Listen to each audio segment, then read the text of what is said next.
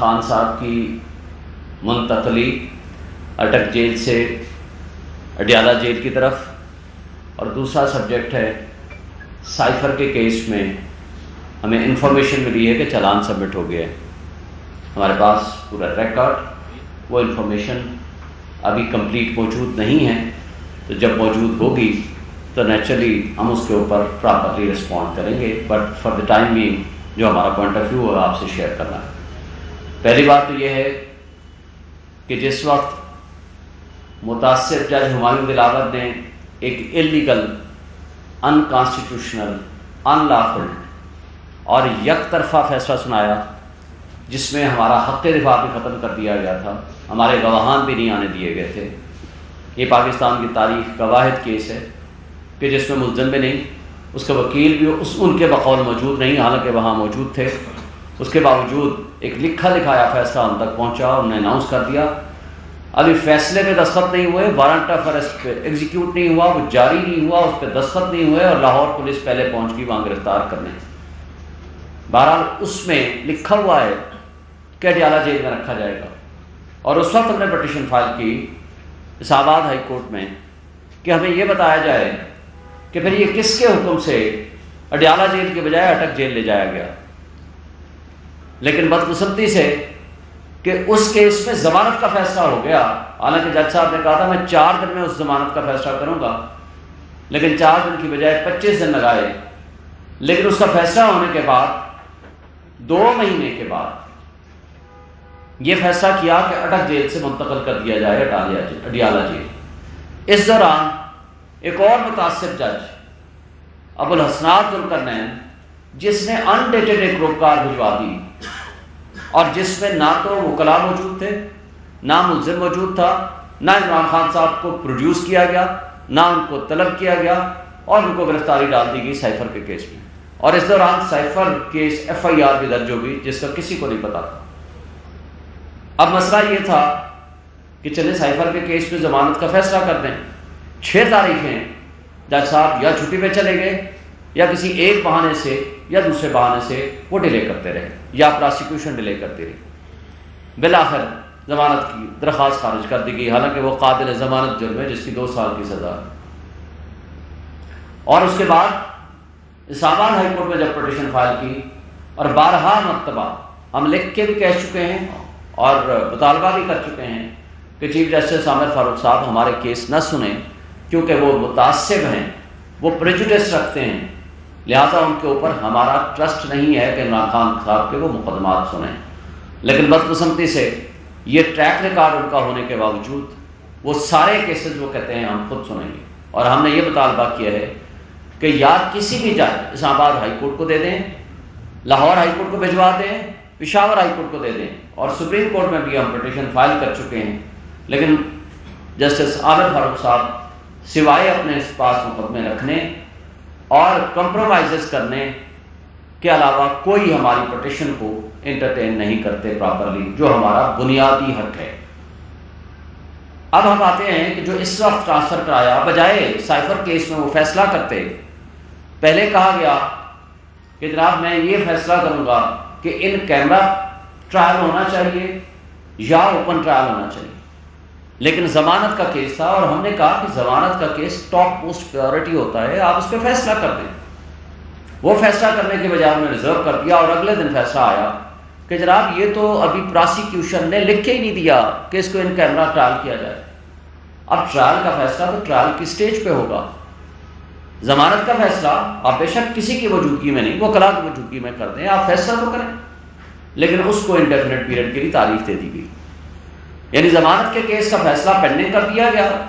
اور اس کا ٹرائل کی بات ہونے یا نہ ہونے کا فیصلہ بعد میں کیا جائے۔ بہرحال یہ ایک الگ قسم کی بدقسمتی ہے، لیکن پہلا جو چیک ہمارا ہے کہ جو خان صاحب کو ٹرانسفر کیا گیا، انہوں نے کہہ دیا کہ ان کو ٹرانسفر کرتے ہیں، اور فیسلٹیز جو اویلیبل انڈر دی لا ہیں وہ دے دیں۔ لیکن بدقسمتی سے یہ سارا ڈرامہ رچایا جا رہا ہے کہ جناب پورے میڈیا میں کہا جاتا ہے کہ جناب B کلاس دے دی گئی، اور تمام وہ فیسلٹیز جس کے prime minister under the rules and law حقدار ہے وہ دے دی گئی، جو کہ جھوٹ پہ مبنی ہے۔ ایسا بالکل نہیں ہے، ایک چھوٹے سے سیل میں ان کو رکھا گیا ہے، کہ جو تھوڑی بہت واک کرنے کی ایک گنجائش یا ایک فیسلٹی اٹک جیل میں موجود تھی وہ یہاں محدود کر دی گئی۔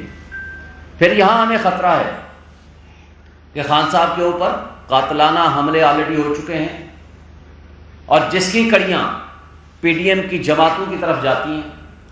اور طاقتور طبقوں کی طرف جاتی ہیں کہ جہاں جو کچھ ہوتا رہا،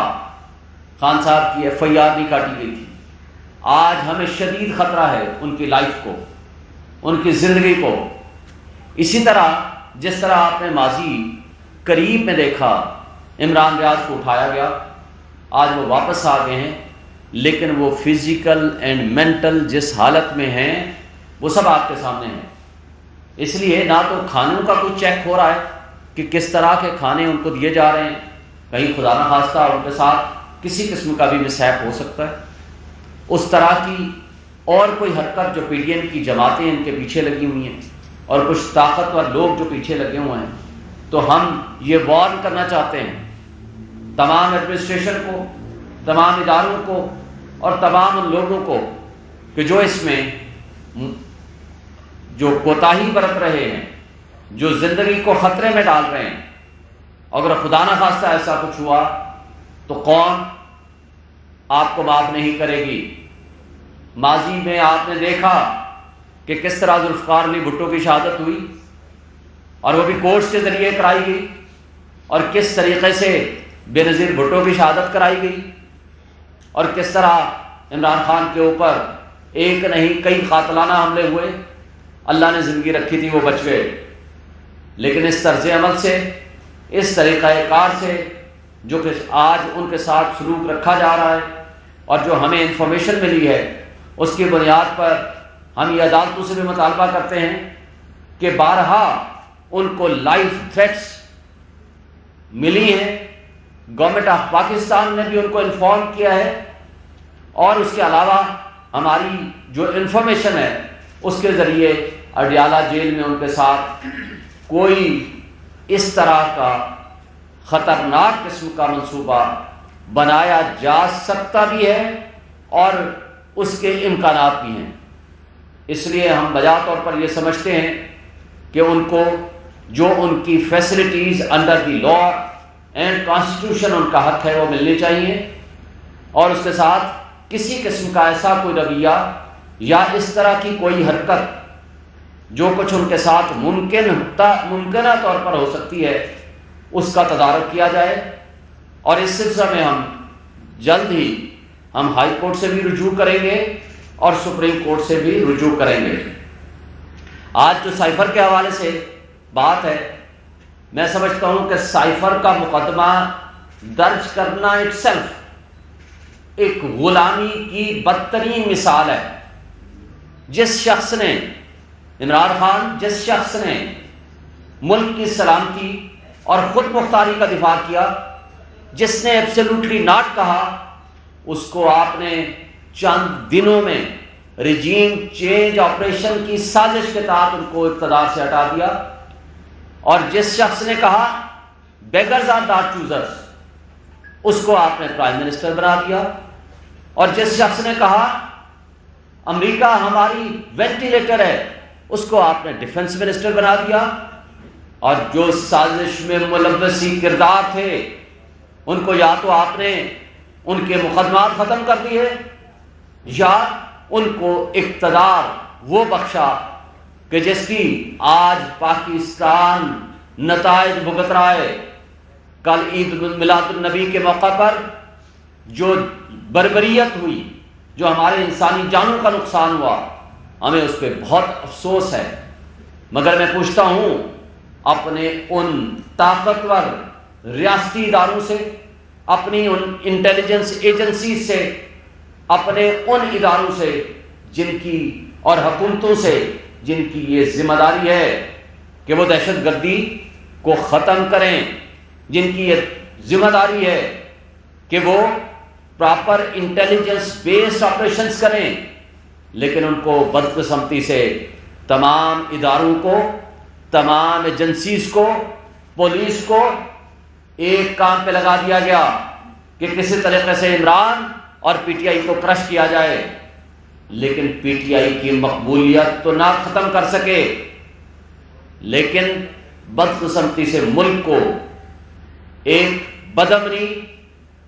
ایک جرائم کی آماجگاہ بنا دیا۔ آج جس طرح کی دہشت گردی کا سامنا ہمیں ہے، اس کو ہم مکمل طور پر ماضی قریب میں ختم کر چکے تھے، اور اسی طرح آج جو 25 کروڑ عوام بھوک، مہنگائی، بے روزگاری اور غربت کی لکیر کے نیچے چلی گئی ہے، وہ خودکشیاں کرنے پہ مجبور ہو گئی ہے، اور یہ سارا فراڈ اور ڈرامہ صرف ایک شخص کی دشمنی میں رچایا گیا۔ یہ ایڈونچر مس ایڈونچر ہو گیا، اور آج بھی ہمارے وہ لوگ اپنی پالیسیوں پہ نظر ثانی کرنے کے لیے تیار نہیں ہیں۔ تو کیا اس ملک کو، 25 کروڑ عوام کو جس دلدل میں پھنسا دیا گیا ہے، کیا یہ طریقہ کار آپ جاری رکھیں گے؟ کیا عمران خان کے بغیر کاکڑ صاحب کہتے ہیں کہ الیکشن ٹھیک ہوگا، اور پھر ساتھ یہ کہتے ہیں کہ نہیں جی یہ غلط فہمی کی بنیاد پر مروڑ تروڑ کر میرا بیان پیش کیا گیا، پھر دوسرا انٹرویو دیتے ہیں کہ نہیں اگر پی ٹی آئی بھی نہیں ہوگی تب بھی وہ الیکشن لیجیٹیمیٹ ہوگا؟ دل کی بات زبان پہ آ جایا کرتی ہے۔ کاکڑ صاحب سے پوچھتا ہوں، یہ تمہارا کام ہے کہ تم کیئر ٹیکر ہو، تمہیں کس نے یہ اختیار دیا ہے کہ چارٹر طیارے کے اوپر تم آپ کی عوام کے پیسے کو آپ ضیاع کریں؟ آپ کو کس نے اختیار دیا ہے کہ آپ پوری دنیا میں گھومتے پھریں اور وہ سرکار کے خرچے پہ، پبلک کے فنڈز پہ؟ آج صورتحال یہ ہے، یو این ڈی پی کی رپورٹ کے مطابق 17.5 سے 18 بلین ڈالر سالانہ ہم اشرافیہ کو مفت مراد دے رہے ہیں۔ کیا آپ اس بات کے متحمل ہو سکتا ہے ہمارا ملک؟ اور اس کے باوجود بڑی ڈٹائی کے ساتھ بیٹھ کے کہتے ہیں کہ نہیں، کہ ہم تو بڑے امپارشل ہیں۔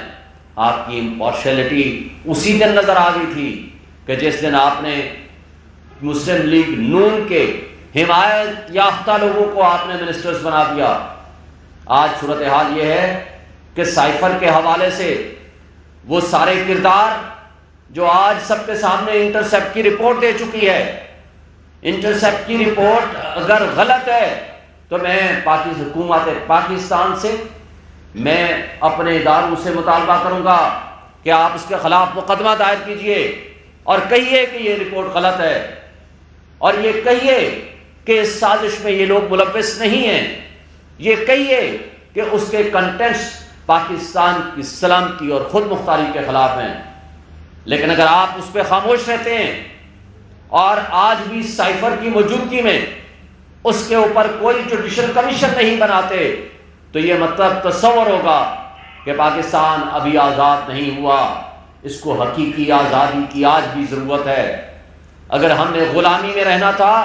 تو 1947 میں ہم نے ملک کیوں آزاد کرایا؟ عمران خان نے تھرو آؤٹ یہ مطالبہ کیا کہ اس کے اوپر جوڈیشل کمیشن بنایا جائے، سپریم کورٹ کے ججز کی سربراہی میں بنایا جائے، جس کے لیے پچھلے جج جسٹس عمر بندیال صاحب کو ہم نے لکھا تھا، اور آج ہم موجودہ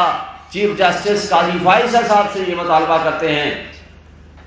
کہ اس کے اوپر، سائفر کے اوپر ایک ہائی پاورڈ جوڈیشل کمیشن بنایا جائے اور اس کے اوپر فائنڈنگز دی جائیں کہ اس کے اندر کون کون کردار ملوث ہیں، کون کون ریجیم چینج آپریشن کے کردار ہیں، اور کس طریقے سے اس ملک کو نہ صرف غلامی کی دلدل میں دھکیل دیا بلکہ 25 کروڑ عوام کی قسمت کو ایک تباہی کے گڑھے میں پھینک دیا گیا۔ تو یہ آخر وہ کردار اگر سامنے نہیں آئیں گے تو بڑے افسوس کی بات ہو گئی۔ عمران خان نے جنرل ریٹائرڈ طارق کی سربراہی میں کمیشن بنایا جو کہ معذرت کر کے پیچھے ہٹ گئے، پھر ان کا اقتدار ختم کر دیا گیا، لیکن اس کے بعد شہباز شریف کی زیر قیادت ایک نیشنل سیکورٹی کمیٹی کا اجلاس ہوا، اور اس سے پہلے عمران خان کی زیر قیادت نیشنل سیکورٹی کمیٹی کا اجلاس ہوا، اور دونوں میں یہ مطالبہ کیا گیا کہ یو ایس اے کے ایمبیسڈر کو ڈیمارش کیا جائے، کیونکہ انہوں نے انٹرونشن کی ہے، انہوں نے مداخلت کی ہے، ہماری ملک کی سلامتی اور خود مختاری کے اندر مداخلت کی ہے۔ اگر وہ مداخلت غلط تھی تو پھر سائفر تو اس کا مطلب ہے کنٹینٹس درست ہیں۔ پھر اسد مجید کو طلب کیا گیا جو کہ ایمبیسڈر تھے یو ایس اے کے، اور اس نے آ کر اپنے ان کنٹینٹس آف سائفر کو درست قرار دیا۔ پھر شہباز شریف نے فلور آف دی ہاؤس پہ کھڑے ہو کر کہا تھا کہ اس پہ دھمکی آمیز گفتگو تھی۔ وہ دھمکی آمیز گفتگو کیا تھی وہ تو انٹرسیپٹ کلیئر کر چکا ہے، اور پھر اس کے اوپر کہا کہ میں ہائی پاورڈ کمیشن یا کمیٹی بناؤں گا۔ تو پھر وہ کدھر گئی کمیٹی یا وہ کمیشن؟ اس کا مطلب ہے کہ وہ آج بھی حل طلب ہے ایشو، لیکن بدقسمتی سے رانا ثناء اللہ نے اپنی پریس کانفرنسز کے ذریعے اور اپنے من پسند آفیشیلز ایف آئی اے کے ذریعے ایک جھوٹا پرچہ عمران خان اور شاہ محمود قریشی کے خلاف درج کرا دیا گیا، اور پتہ چلا کہ جناب اعظم خان جو کہ پرنسپل آفیسر تھے اور جس کے پاس یہ سائفر ہوتا چاہیے تھا کاپی اس کی بریف نوٹ، جو کہ ریسپانسبل ہے under the constitution rules of business and the law, اس کو وعدہ معاف گواہ بنا دیا گیا۔ اور اسد صاحب جو کہ اس وقت اس کے اندر ایکیوز تھے، اب پتہ چلا ان کو بھی ان کا نام بھی اس لسٹ میں نہیں ہے، اور ایک صرف عمران خان اور شاہ محمود قریشی کو اس کے اندر ایکیوز بنا کے چالان سبمٹ کر دیا گیا۔ تو یہ ساری باتیں میں سمجھتا ہوں کہ آج بھی یہ تقاضا کرتی ہیں کہ چیف جسٹس آف پاکستان اس کے اوپر جوڈیشل کمیشن بنائیں، اس لیے کہ جہاں پولیٹیکل وکٹمائزیشن کے ذریعے 180 سے زائد مقدمات عمران خان کے خلاف درج کر دیے گئے ہیں، لیکن یہ مقدمہ اپنی نوعیت کا انوکھا مقدمہ ہے، اس لیے کہ یہ ہماری قوم کو غلامی کے طوق میں بند کرنے کے مترادف ہے۔ اگر یہ مقدمہ چلتا ہے تو پوری دنیا میں ہماری ایک ایٹمی پاور رکھنے والی ملک اور قوم کی سب سے بڑی بے عزتی ہے۔ تو میں سمجھتا ہوں کہ آج اس کیس کے اندر عمران خان کو سزا دلانا مقصد ہے، اس لیے تاکہ اپنے آقاؤں کو یہ میسج دے سکیں، وہ پی ڈی ایم اور کی وہ فاشسٹ جماعتیں جنہوں نے غلامی کا طوق قبول کیا تھا، اور ان کو پیغام دیں کہ جو آزادی کا نعرہ لگانے والے لوگ ہیں ہم نے ان کو عبرت کی نشان بنانا ہے تاکہ پوری قوم غلامی میں کو قبول کر لے، اور یہ ہمارے لیے کسی طور قابل قبول نہیں ہے۔ تھینک یو سر، یہ بتائیے کہ 28 گواہ پیش کیے گئے، اس میں دفتر خارجہ بھی شامل ہے، پی ایم ہاؤس کے افسران بھی شامل ہیں، اور اس نے بھی جب ان کیمرہ سماعت ہوئی تھی اس میں 161 کا بیان تھا۔ یہ 164 کا بیان کب ہوا؟ یہ تو مجسٹریٹ کے سامنے ہوتا ہے۔ ایک بات تو یہ ذہن میں رکھیں کہ یہ ایف آئی آر اس لیے نہیں بن سکتی تھی کہ ڈی کلاسیفائی کرنے کا حکم ہوا کیبنٹ کے ذریعے۔ جب کیبنٹ جو کہ کمپیٹنٹ اتھارٹی ہے انڈر دی کانسٹیٹیوشن وہ ڈی کلاسیفائی کرنے کا حکم دے دے تو ڈی کلاسیفائڈ ڈاکومنٹ کبھی وہ سیکرٹ نہیں ہوتا، لیکن اس کے باوجود اس کی آج بھی سیکریسی برقرار ہے۔ اس لیے جہاں تک آپ نے 164 کی سٹیٹمنٹ کی بات کی ہے، قاضی فائز عیسیٰ صاحب کا کیس حدیبیہ پیپر مل پہ اور اسحاق ڈار کی سٹیٹمنٹ کے اوپر پڑھ لیں، اور یہ قانون کا تقاضا ہے کہ جب تک 164 کی سٹیٹمنٹ ریکارڈ کرنے والا شخص ملزم اور اس کے وکیل کی عدم موجودگی میں کرے گا اس کی کوئی قانونی حیثیت نہیں ہے، اور وہ نلیفائی ہوگا، اس قانون کی نظر میں اس کی کوئی حقیقت اور وقت نہیں ہے۔ یہ قانون بھی ہے، یہ سپریم کورٹ کا فیصلہ بھی ہے، لیکن بدقسمتی سے جو کچھ کیا جا رہا ہے یا کہا جا رہا ہے یا جن ملازمین کو پریشر ڈال کے ان کی سٹیٹمنٹس لائی گئی ہے، اوریجنل سائفر تو آج بھی موجود ہے۔ کہاں موجود ہے؟ وہ منسٹری آف فارن افیئرس میں موجود ہے۔ اگر آپ ایف آئی آر کے کنٹینٹس پڑھو اس کے اندر لکھا ہوا ہے یہ کلاسیفائڈ ہے، حالانکہ ڈی کلاسیفائی کا حکم موجود ہے، کیبنٹ کا موجود ہے، بلکہ میرے پروگرام میں بیٹھ کے کئی دفعہ عطا تارڑ نے اور کئی لوگوں نے ایکسیپٹ کیا، ان کے منسٹرز نے، ہاں جی وہ ڈی کلاسیفائی کرنے کی کیبنٹ نے آرڈر کر دیا تھا. تو اس لیے یہ contents of F I R ہی غلط ہیں. اور دوسری بات یہ کہنا کہ وہ سائفر ہی گم ہو گیا، سائفر ٹیلی گرام گم ہو گیا، وہ آج اس کو تبدیل کر دیا، ہاں جی وہ تو فارن آفس میں موجود ہے، پھر جرم کون سا ہوا؟ نیکسٹ. شعیب صاحب، عامر ملک میرا نام ہے. آپ نے ماشاءاللہ پی ٹی آئی سے اور چیئرمین پی ٹی آئی سے متعلقہ بہت سارے امور اور معاملات کا آج اس پریس کانفرنس میں احاطہ کیا. لگتا یہ ہے کہ آپ کی کور کمیٹی کے ممبر بھی اور بڑے قریبی آپ کے رائے ہیں، آپ کے رابطے ہیں چیئرمین پی ٹی آئی سے. تو ماضی میں ایسا تھا کہ جب بڑے بڑے جلسے پی ٹی آئی کے ہوتے تھے تو چیئرمین پی ٹی آئی سیاسی مخالفین کو ایفیڈرین عباسی اور مولانا ڈیزل کا القابات سے پکارا کرتے تھے. اب یہ جو توشہ خانہ کی واردات ہے اس کے نتیجے میں مخالفین جو ہیں وہ ان کو توشہ خان کے لقب سے پکار رہے ہیں. تو اس پہ چیئرمین پی ٹی آئی یا پی ٹی آئی کیا محسوس کر رہے ہیں؟ ذرا بتائیے. پہلی بات تو یہ ہے کہ پی ٹی آئی اور چیئرمین پی ٹی آئی کی مقبولیت، آپ نے وہ جو سو کارڈ گیلپ رپورٹ آئی ہے، میں اس کو سو کارڈ اس لیے کہتا ہوں، میں بھی اس کو نہیں مانتا جس طرح کی وہ رپورٹس آئی ہیں، لیکن ہم چلیں for the time being minimum بھی ہم آپ کو کہیں، پوری عوام کی 70% آبادی آج بھی وہ ایک ہی شخصیت کو پسند کرتی ہے، اس کے نظریات سے متفق ہے، وہ واحد شخص ہے عمران خان اور پی ٹی آئی. توشہ خانہ کے ذریعے آپ نے بولا، توشہ خانہ نے تو آپ سب کے پول کھول دیے ہیں ماشاءاللہ. ہمارے خلاف تو الزام صرف یہ ہے نا کہ آپ نے وہ ڈیکلیریشن پراپر نہیں کی، ٹیکس اتھارٹیز کے پاس کر دی، لیکن آپ نے جو الیکشن کمیشن کے پاس وہ لفظ لکھنا تھا توشہ خانہ وہ نہیں لکھا. حالانکہ ٹیکس اتھارٹیز کے پاس آپ نے جو اخراجات اور جو آپ کے ریسورسز ہیں دونوں لکھنے ہوتے ہیں، آمدن اور اخراجات. یہاں آپ نے ٹوٹل ایسٹس لکھنے ہوتے ہیں، اس کے لیے کنڈیشن مس نہیں تھی.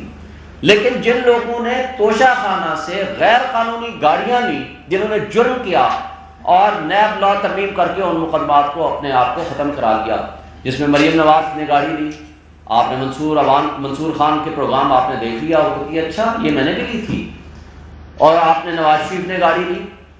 جو کہ نہیں لے سکتے تھے انڈر دی لا، جس نے قانون کے مطابق کوئی بینیفٹ لیا، کوئی تحفہ لیا، پیسے جمع کرائے اور پھر اس کی پراپرٹی ہے اس کو بیچے، اپنے پاس رکھے، وہ کسی کو دے، وہ آگے گفٹ کرے، اس کو آپ نہیں پوچھ سکتے. لیکن جس شخص کو جو اتھارٹی نہیں ہے لینے کی، وہ ہیں گاڑیاں. آصف علی زرداری نے 3 گاڑیاں لی، یوسف گیلانی نے 1 لی، ایک نواز شریف نے لی، ایک مریم نواز نے لی جو آتھورائز ہی نہیں ہے، پبلک آفس ہولڈر ہی نہیں تھی، وہ لے ہی نہیں سکتی تھی، لیکن اس نے بھی لے لی. اس لیے کہ یہاں بدقسمتی سے میڈیا کو 10 ارب دے دیے گئے پچھلے 1.5 سال میں، 16 مہینے میں پوری رام کہانی چلتی رہی، توشہ خانہ توشہ خانہ توشہ خانہ.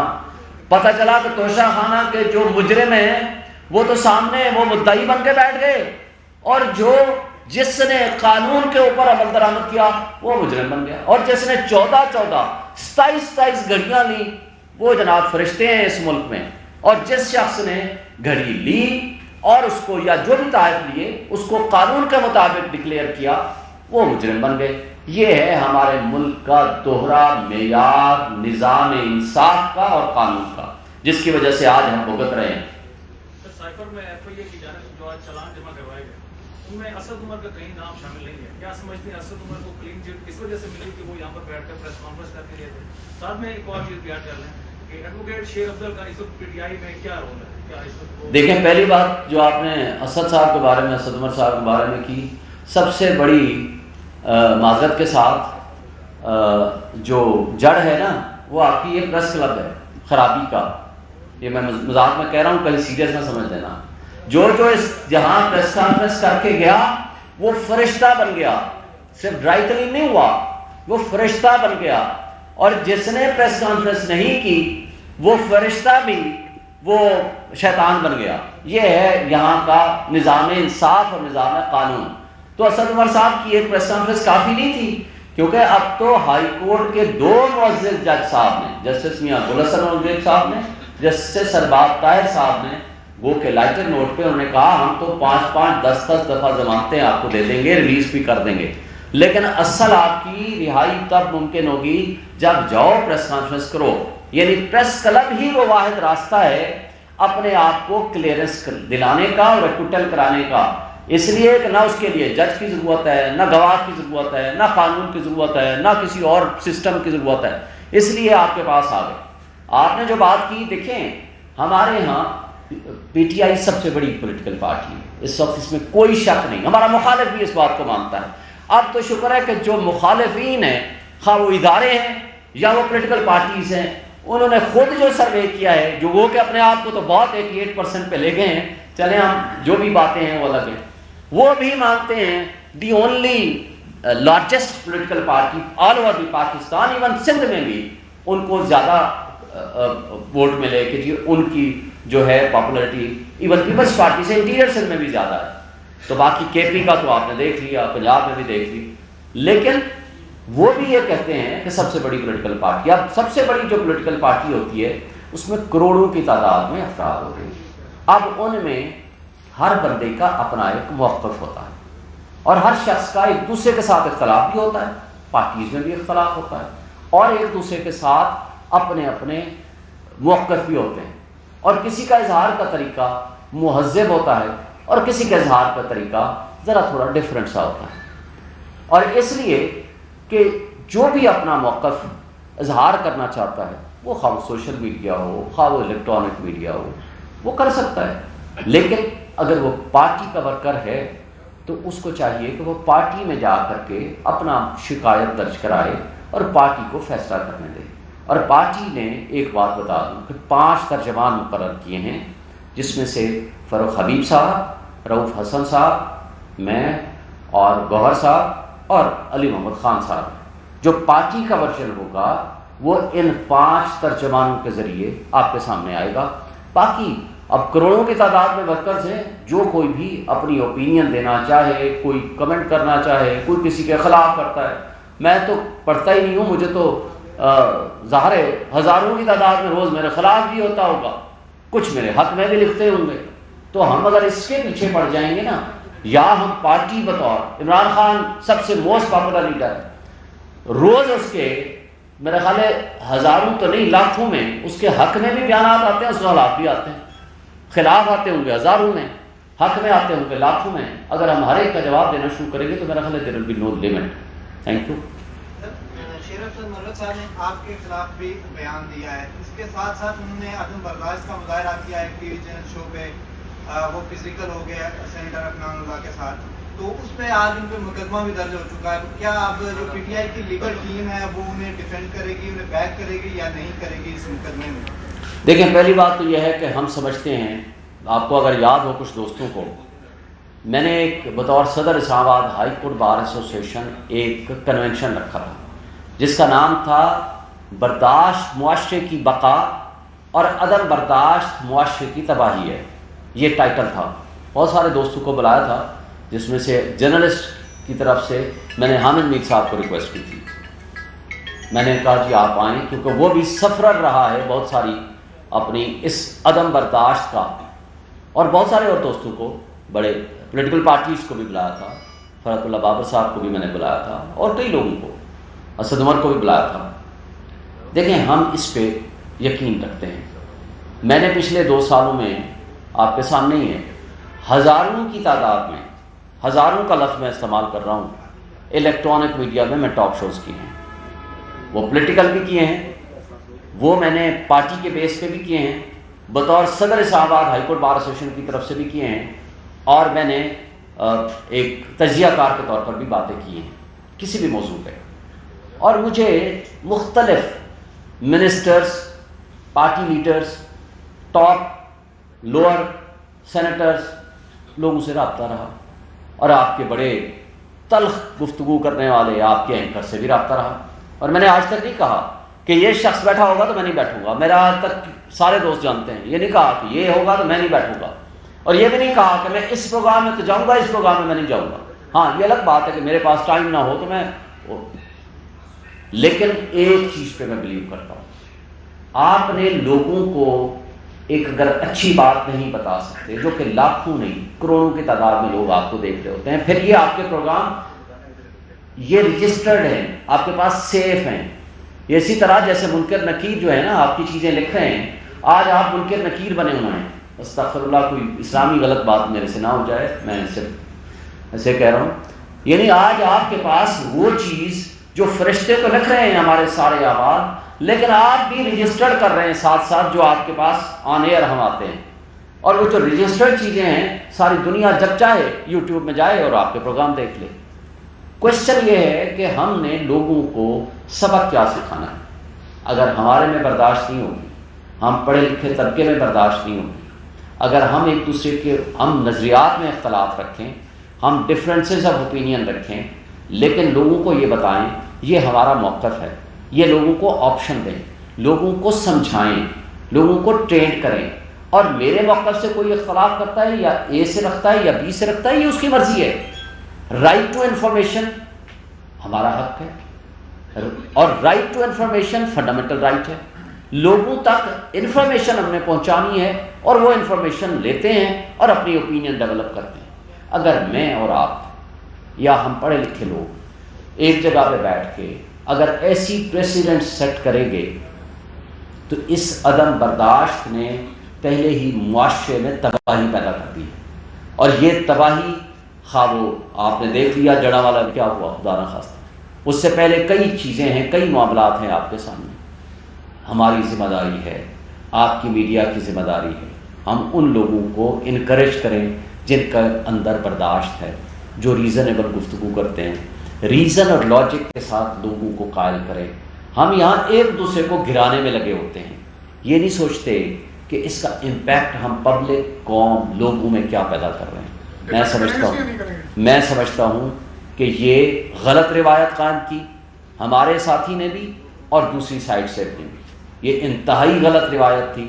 اس کو ہم کسی صورت انکریج نہیں کریں گے. باقی پارٹی فیصلہ کرے گی کہ ان کی کیا رائے. ان تک یہ سچویشن پہنچ چکی ہے اور وہ پارٹی کی کور کمیٹی جو فیصلہ کرے گی ہم پارٹی کے پابند ہوں گے. لیکن یہ میری رائے ہے کہ ہم برداشت کے قائل ہیں، ہم تہذیب کے دائرے میں رہنے کے قائل ہیں. جو بد تہذیبی کرے گا، جو عدم برداشت کا رویے کا اظہار کرے گا، جو غلط گفتگو کرے گا، خواہ وہ کسی بھی پولیٹیکل پارٹی سے ہو، ہم اس کو سپورٹ نہیں کریں گے. سر امین گولڈ ٹی وی سے میاں صاحب وطن واپس آ رہے، قانونی رائے، قانونی ترجیح سے جواب چاہیے گا. ہمارے رہنمائے ملت جناب میاں محمد نواز شریف صاحب وطن واپس آ رہے، وہ کیا لڑیں گے، الیکشن یا مقدمات؟ نواز شریف صاحب کا مجھے تو ابھی تک یقین نہیں ہے کہ وہ آئیں گے. دوسری بات، انہوں کے پچھلے 1 مہینے 15 دن کے اندر اندر مختلف بیانیے آپ نے دیکھ لیے. جو ڈیلر ہوتا ہے ڈیل کر کے جاتا ہے، ڈیل کر کے آتا ہے، پھر ڈیل کر کے جاتا ہے، پھر واپس آتا ہے، پھر ڈیل کر کے جاتا ہے اور پھر ڈیل کر کے واپس آنا ہے.